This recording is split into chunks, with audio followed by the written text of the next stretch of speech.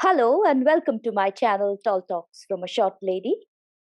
In this session, I'm going to be talking about the process of communication and we will be sticking specifically to human communication. Now, since we're going to be talking about human communication, the first thing we need to understand is what makes humans different. Now, we all know that all species communicate. Ants will communicate with ants, dolphins with dolphins.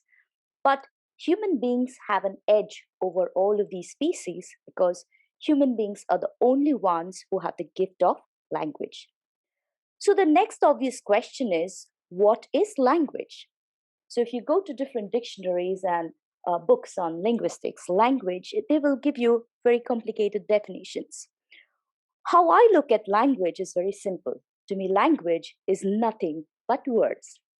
And when I talk about words, words are nothing but arbitrary sounds chosen by any language group. And then this group decides to assign a meaning to this arbitrary sound. So let us take an example here. This device, as you can see, is something that we use to sit on. Now, the English speaking community decided to choose a sound like chair to denote this particular device which we use to sit on. Now, when it comes to the Hindi speaking community, for the same device, they had to look for some other arbitrary sound. So they decided to settle for kursi, and obviously, the meaning they assigned to it would be the same as a device to sit on. So, to reiterate, words are nothing but arbitrary sounds chosen by a language group and a meaning assigned to that particular sound. So now that we've understood the concept of language, let us put it to the test. Suppose one day I meet you in the streets and I call out to you saying, "Hey, you're looking mingi mashula." You're like, "Mingi mashula? What is mingi mashula?" No word in your existing vocabulary matches with the sound, and that is because no word like this ever existed. I had just coined this particular word and this particular sound. But suppose between you and me, today we agree that Mingi Mashula means drop dead gorgeous. So in that case, now you understand that I was trying to pay you a compliment. So suppose I meet you again after 20 years and I raise my hand to you and say, "Hey, you're still looking Mingi Mashula."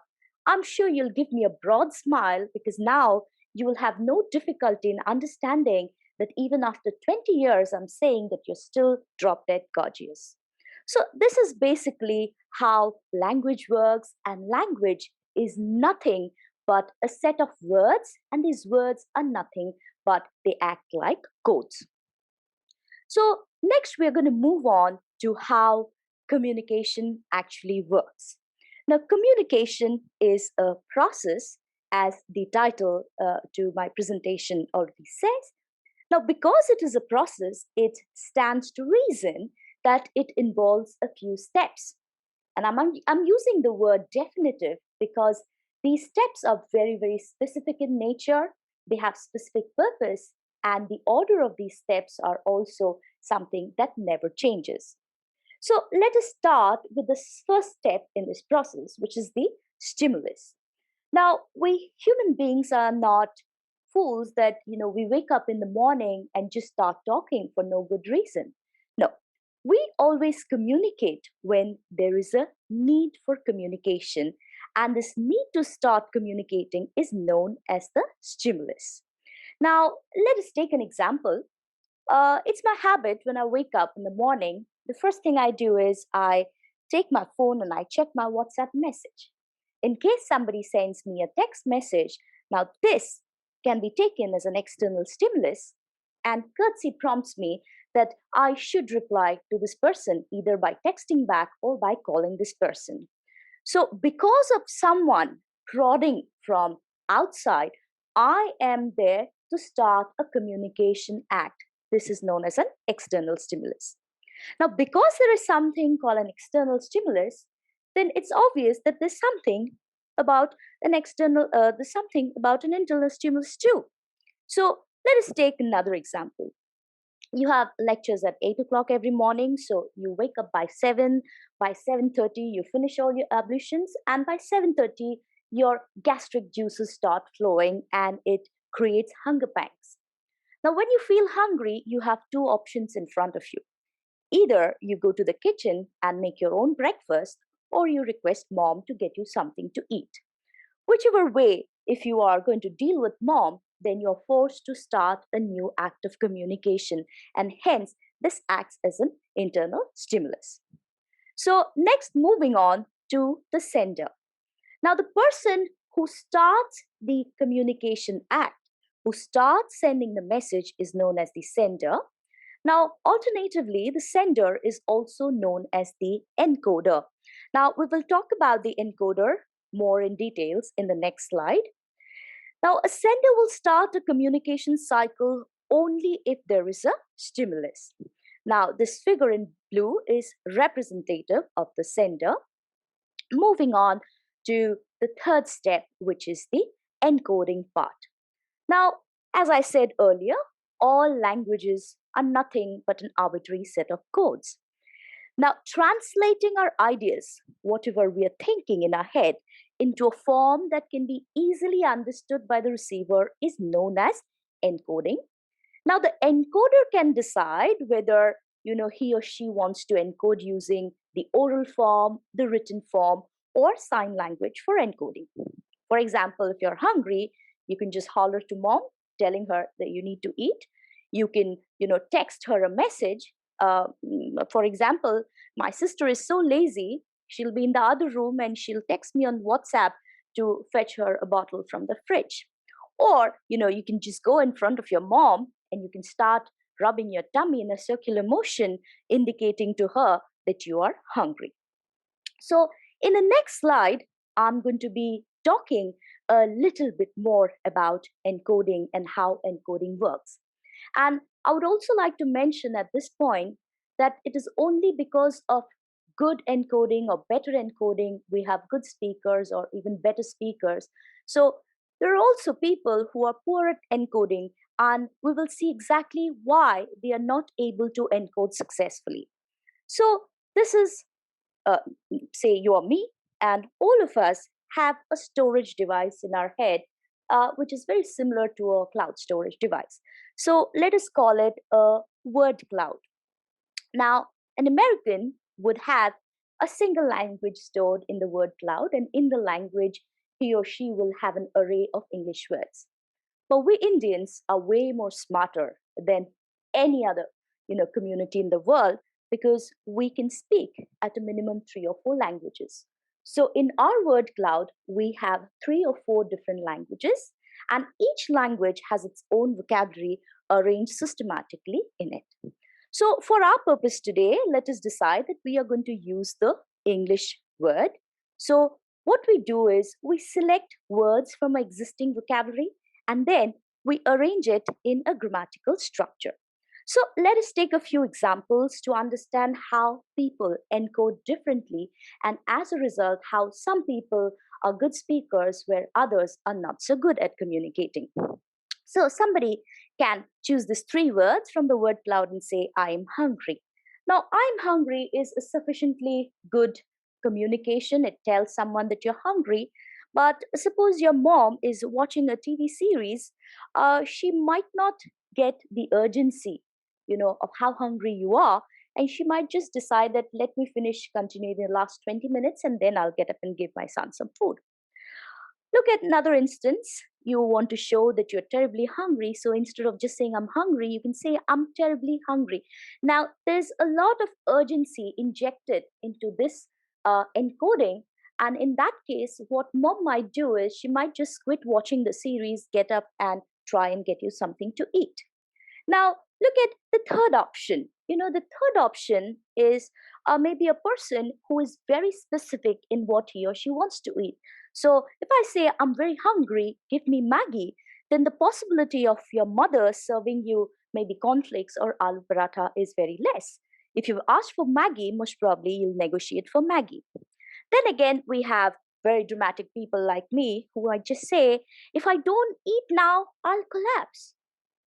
Now, amongst all these four, who do you think will get the fastest response? I'm sure it's the fourth person who will get the fastest response.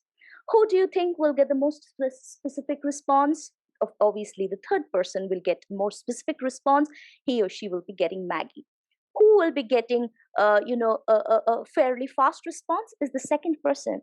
But the first person, his communication, his encoding is okay, but it's a little wishy-washy. So now we are going to move on to the next step, which is the choice of medium. Now, a message, as I said, can be encoded in the oral, written, or nonverbal form. Now, each of these forms is called a medium, and sometimes, in the exam, you might come across the word media, but don't get confused because media is just the plural of medium. So, this is what is happening. The sender, he encodes in a medium. Now, let me talk a little bit about the medium. Now, suppose your house is on fire, and obviously, you're not going to sit down to write a letter to the firefighters. You're most probably going to scream at the top of your lungs, wave your hands, in a manner to alert everybody around you, and you'd most probably run out of the house. So, what you're using is oral and nonverbal communication. So, depending on the situation, you also have to use the medium or choose the medium wisely. Next, we are coming to the message. The key idea or thought one wishes to transmit is the message. Now, the end product of any encoding process is the message. Now, here we have the sender, he encodes in a medium, and what he gets is the message. Next, we're coming to the channel. Now, the channel is the pathway along which an encoded message has to be transmitted. It's all fine that I have encoded and I have got my message, but then the problem arises, how do I get my message from me to my receiver, from point A to point B? And that is where you need the pathway, and this pathway is the channel. Now, mind it, a channel is very much tangible. That means it's physical, and it's a carrier between the sender and the receiver. Now, let us take some examples of channels. For example, our cell phone networks, radio and television signals, fiber optic cables for our internet, and even the airwaves that carry vibrations of our voice are known as channels. So, if I'm talking to you face to face, the only way you can listen and understand what I'm saying is the air allows the sound waves from my mouth, and it allows it to carry and reach to your eardrums. So, not to confuse the medium with the channel, the medium is very limited. It's only three. The channel can be multiple. Now, I would like to take you to the next slide. In here, I would like to talk a little bit more on channels. Now, just the way we have to decide on what medium we should be using, we also need to understand how we can best choose channels depending on various factors. The first one is speed. Now, we know that, say, overnight express is faster than Indian speed post. Makes a difference. Accuracy of transmission. I want to send a message. If I call and send that message, by the time you recall that message, you might have missed a few words. But if I send a written text message to you by email, then you will most probably be able to refer to it a second time. So the accuracy is maintained throughout. Cost. Oh, obviously, if I want to send a courier to Canada, if I send it through overnight express, I might have to pay half my month's salary. So I would most probably go and use the Indian speed post. Next is the number of messages carried. If I send you some documents by courier, there are only those few documents that I can send. But if I send you a soft copy as an attachment in my email, then the number of messages carried can be more. Similarly, the number of receivers reached. During the lockdown last year, I was finding it difficult to have video calls with multiple people on WhatsApp because there was a restriction. So I had to download some other, app called House Party or something, which allowed to reach out to more number of people on video call. And the last one is ability to promote goodwill. Most of us forget to pay attention to this.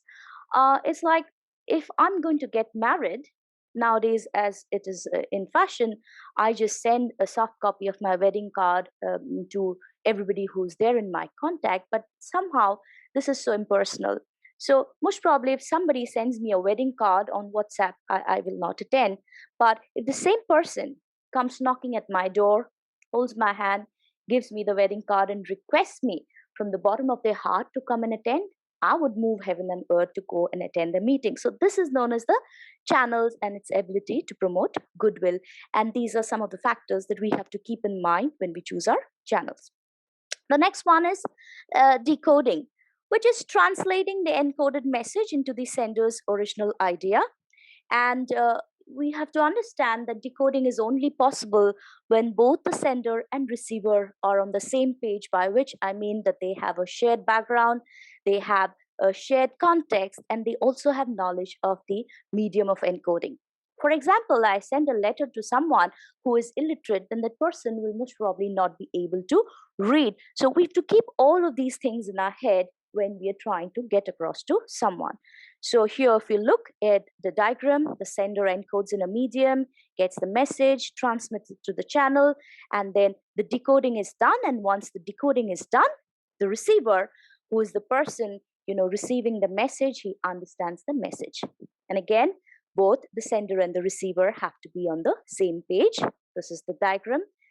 Once the receiver decodes and understands the message, he or she is duty bound to send a response back to the sender, and this response is known as the feedback. The feedback is the last component of the communication cycle, and essentially it closes the loop. If you look at the diagram, this yellow line, it goes from the receiver to the sender, thus closing the loop. I'll be talking a little bit more about feedback. Now, on the basis of the feedback, a sender knows whether the communication was successful or not. Feedback can be both positive or negative. If I'm hungry, I ask you for food and I get something solid, my hunger is fulfilled. However, instead of food, if you give me an eclair, it is merely not enough. Lastly, feedback can be both verbal and non-verbal. Okay, in the sense, if I ask you a question and you reply to me, that's a verbal feedback. If I ask you for food and you nod your head indicating that you don't have any with you, it's non-verbal feedback. Sometimes people even use silence as feedback. For example, you ask for food and your mom doesn't respond at all, which should also be an indication to you that she's not interested in giving you anything right now. Okay. Now, all is fine in theory, but in practice, every communication cycle is fraught with problems. This problem can happen at any point in the communication cycle.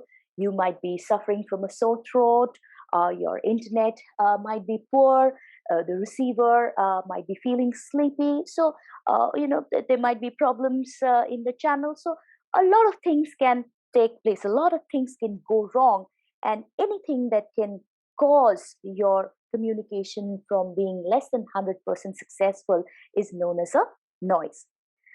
Next, I'm going to be talking about the context and the frame of reference. In my previous session, I spoke at length about how we need to have a shared background knowledge, we need to have a common topic, and we need to have a common understanding of the medium used, and only then communication will be successful. So all acts of communication basically takes place within the context or the frame of reference.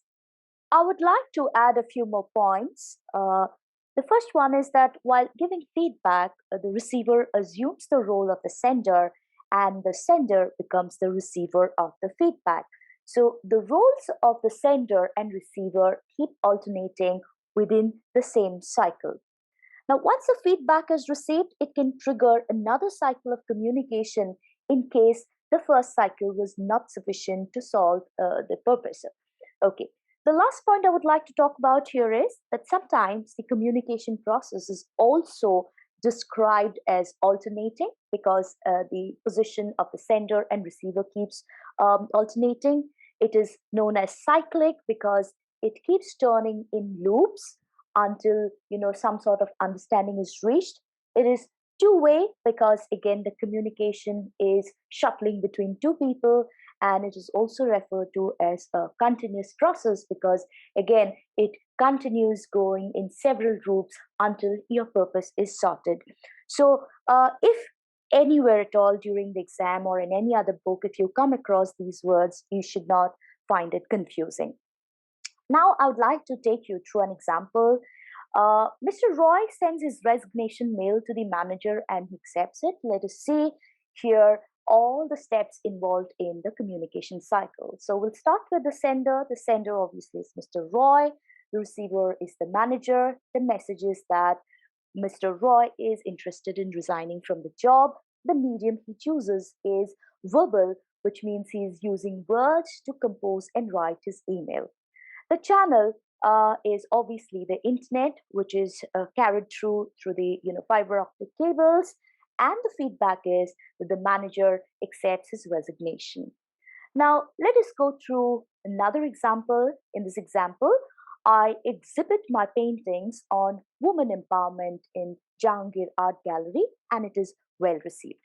So, the sender here is myself, the receiver, it's all the people who came to visit my exhibition. The message is that women should be empowered. The medium I'm using is non-verbal because I'm not using any words either in the spoken form or in the written form.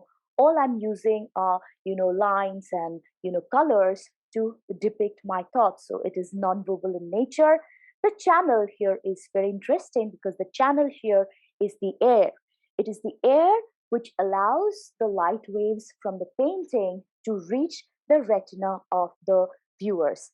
And lastly, the feedback is that all the people who came to visit the gallery liked the paintings. With that, I come to the end of the session. If you're interested in other topics on communication skills, you can please go to the description box underneath this video, and the name of my channel is again Tall Talks from a Short Lady. And I would also like to mention at this point that with every video, I'll be sharing a quiz in the description box. So all of you who are interested in answering the quiz, please have a look at it. With that, I will say thank you.